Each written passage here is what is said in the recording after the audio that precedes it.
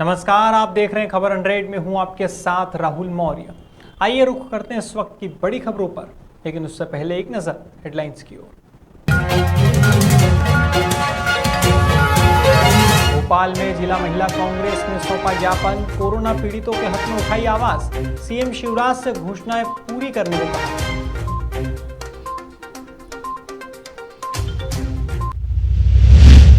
कटनी में भी nursing staff की हड़ताल का असर, 10 सूत्री मांगों को लेकर हड़ताल जारी, सरकार से मांग पूरी करने की गुहार। कांग्रेस पार्टी का सरकार पर निशाना, विधायक पटवारी बोले असहाय मुख्यमंत्री बन गए हैं शिवराज जी, उन्हीं के मंत्री उन्हें योग्य नहीं मानते।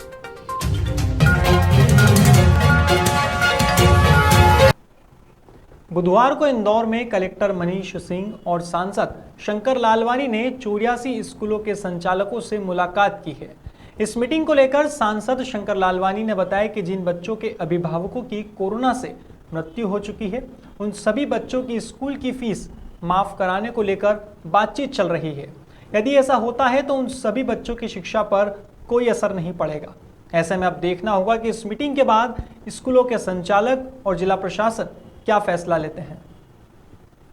उनसे मिलना का कार्यक्रम आज स्कूल के संचालकों से बात कर रहे हैं। बच्चों पहले ही उनके बच्चों के पेरेंट मिल चुके हैं और ये वो बच्चे हैं जिनके कमाने वाले कोरोना में नहीं रहे और वो चाहते हैं उसी स्कूल में पढ़ना। उनकी फीस, उनके सामने समस्या है फीस की।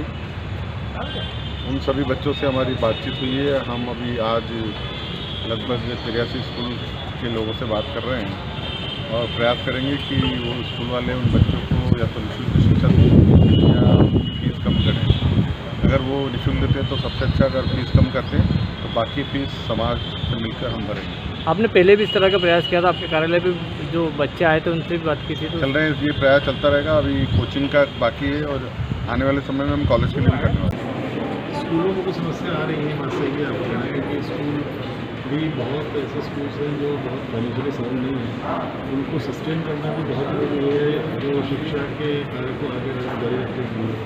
एमपी बोर्ड के स्कूल्स बहुत छोटे छोटे हैं जो और ये सबसे जिम्मेदारी बनती है कि सस्टेन रहने के लिए उनको ठहरना चाहिए, अपने स्टाफ के फीस वगैरह स्टाफ की तनख्वाह देने के पैसे होने चाहिए।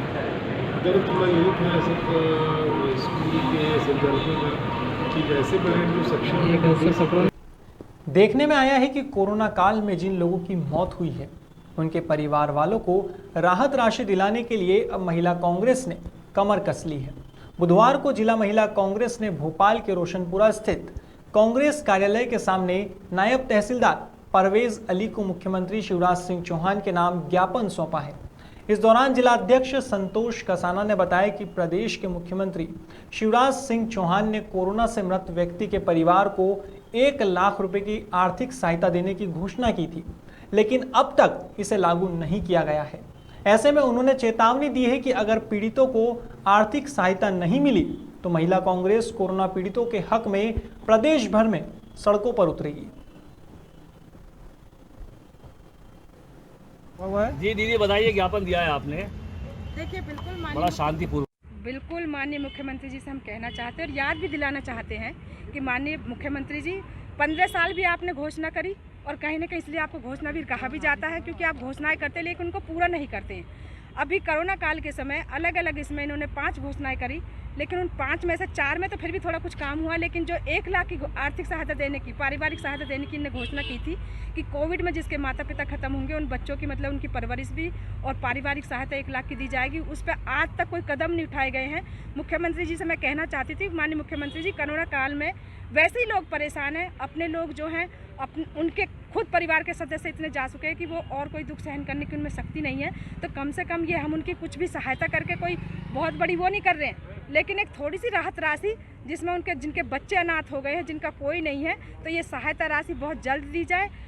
दिया गया आपको जिला कांग्रेस कमेटी द्वारा कोविड-19 में मृत व्यक्तियों के परिवारों का जो कमजोर आय के लोग माननीय मुख्यमंत्री जी द्वारा जो घोषणा की गई थी 1 लाख रुपये देने की, उसके संबंध में ज्ञापन दिया है। इस वक्त कोरोना पूरे देश में फैला हुआ है। ऐसे में स्वास्थ्य व्यवस्थाओं को दुरुस्त करने के लिए हर संभव प्रयास किए जा रहे हैं। इसी उद्देश्य के साथ उज्जैन जिले की घटिया तहसील में सामुदायिक स्वास्थ्य केंद्र को चिकित्सा के क्षेत्र में आवश्यक उपकरण भेंट किए गए हैं। यहाँ एसडीएम गोविंद दुबे के नेतृत्व में इंडियन ऑयल बॉटलिंग प्लांट ने कोविड-19 महामारी से लड़ने के लिए स्वास्थ्य केंद्र को आवश्यक सामग्री वितरित की है। इसमें मास्क, कूलर सहित सैनिटाइजर बॉटल, ब्लड प्रेशर की मशीन और बेड शामिल है। इसके लिए एसडीएम गोविंद दुबे ने इंडियन ऑयल का आभार भी व्यक्त किया है। सामग्री भेंट की गई सर, क्या है पूरा? देखिए, कोविड का जो दौर चल रहा है उसमें विभिन्न संगठनों के द्वारा हर तरीके से मदद की जा रही है। इसी क्रम में जो है बॉटलिंग प्लांट के द्वारा कॉर्पोरेट सोशल रिस्पॉन्सिबिलिटी के तहत जो है कुछ सामग्री हमें उपलब्ध कराई गई है। इसमें मेडिकल के बेड से लेके कोविड केयर सेंटर के लिए जो आवश्यक चीज़ें हैं वो दी गई हैं, और थर्मल गन, थर्मल आपका पल्स ऑक्सीमीटर, इस प्रकार की चीज़ें उनके द्वारा उपलब्ध कराई गई हैं, जो ऐसी उम्मीद करते हैं कि आगे कुछ ऐसी स्थिति बनती है तो उन परिस्थितियों में इस पूरे सामग्री का जो है रोकेत में उपयोग किया जा सकेगा। पूरे प्रदेश की तरह कटनी में भी 10 सूत्री मांगों को लेकर नर्सिंग स्टाफ हड़ताल पर चला गया है। बता दें 28 जून को नर्सिंग स्टाफ ने सांकेतिक रूप से हड़ताल की थी और सरकार को चेतावनी दी थी कि आने वाले वक्त में अगर उनकी मांगों पर ध्यान नहीं दिया गया तो वे 30 जून से अनिश्चितकालीन हड़ताल पर चली जाएंगी। अब सरकार की ओर से कोई आदेश नहीं देखते हुए नर्सिंग स्टाफ ने हड़ताल कर दी है और वे अपनी मांगों पर अड़ी हुई हैं।